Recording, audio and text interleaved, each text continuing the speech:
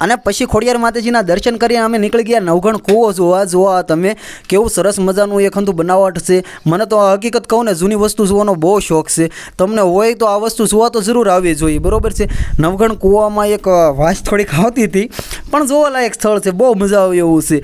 પણ અહીંયા થોડુંક બનાવટ આમ કંઈક નવીન તરહની કરવામાં આવી છે, બરાબર છે. અંદર હતું અંધારું, મારી હારે હતા ને કે હવે અમારે નથી આવવું. હું કહું હું તો જવાનો છું ને. એક બીજા ભાઈબંધ નહીં મળ્યા, એ ઊભા થવા વાટે કે હવે અંદર નથી જવું. હું કહું પણ વૈયાઓ ને તમ તાર થોડુંક આમ એરુંની બીક લાગે, કેમ કે હેઠે અમે ગઈ વખતે ગયા ને તાર એરું ને એવું હતું. એ કે ભાઈબંધ કે અમારે નથી થવું, પણ લઈ ગયો, એને લઈ ગયો.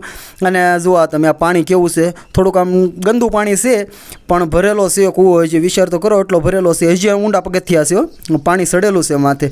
અને પછી ઉપર જો અહીંયા તળાવ છે, એ તળાવ ભરેલું છે. જો કે ઉપર ભરેલું, આમ તો નેચરલ નથી ભરેલું, અલગથી ભરવામાં આવેલું છે. એ આ ધોધેથી ભરવામાં આવ્યું છે, જુઓ તમે. અને આગલો વ્લોગ જોવાનું ભૂલતા નહીં. ચાલો મળીએ છીએ.